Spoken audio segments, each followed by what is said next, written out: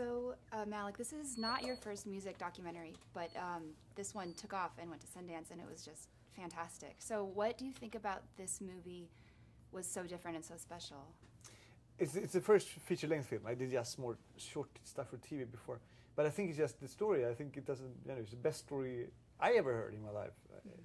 It's just it's a fairy tale. It's about a man who didn't know he was famous. It's like Cinderella. One day he wakes up and he discovers that the reality that you think that you're living in this house and you're working as a construction worker, there's a parallel reality that is just as true. You are a king on the other side of the world. You're our Elvis, Right. And so you found the story traveling through South Africa. Was there one song that kind of like touched you and inspired you to make this film? No, it was only the story.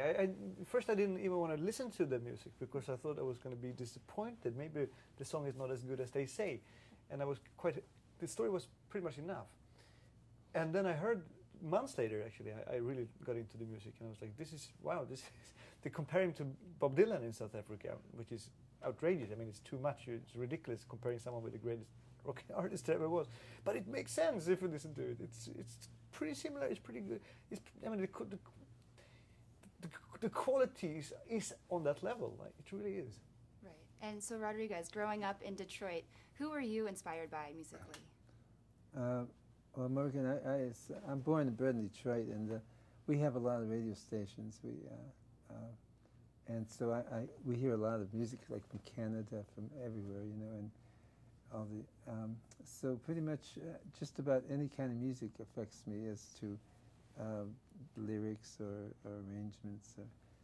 But the guitar is central to, I feel, to musical ensemble, and I play guitar. So I'm self-taught. So. How does it feel that, well, Detroit is an unusual place, and my background, I'm Mexican. My mother and father both Mexican, and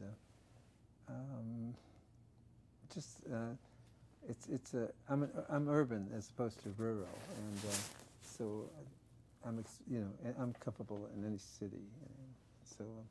And so those issues, I think, encompass us all who live in the urban centers.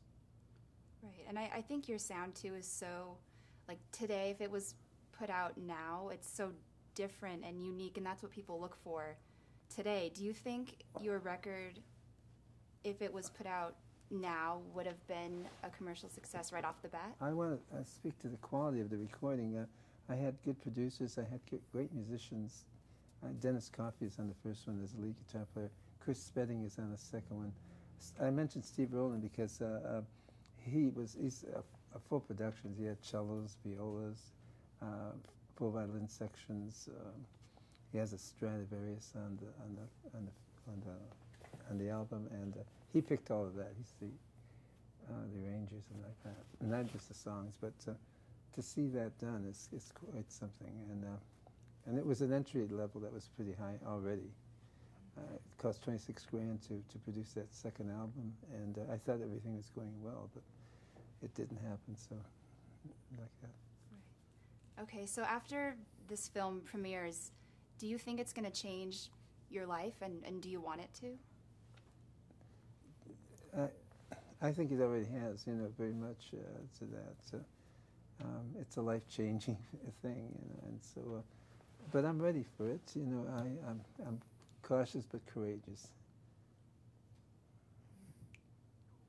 Do you think it's going to change your life and just kind of the prospects for the future in movie making?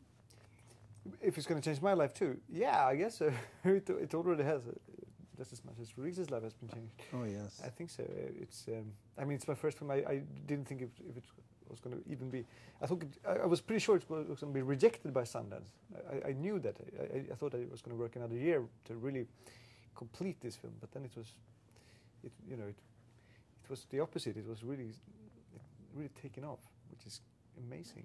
And it's so good that people are going to hear this music maybe because it's so, that's a film you see once and then you're done with it, but the music stays with people.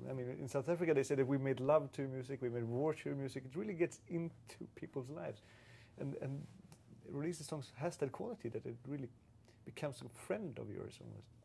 I was told that a lot of soldiers that defended South Africa, my big fan base is Afrikaans, and anyway, they defended it, and they would trade off the cassettes. That was the time. That was the technology then. So that's how they got to it. And then it was bootleg to Australia, which I got a quote unquote fan base there as well. Great. Better late than never. So Thank Better you late so than much. ever, exactly. Yes.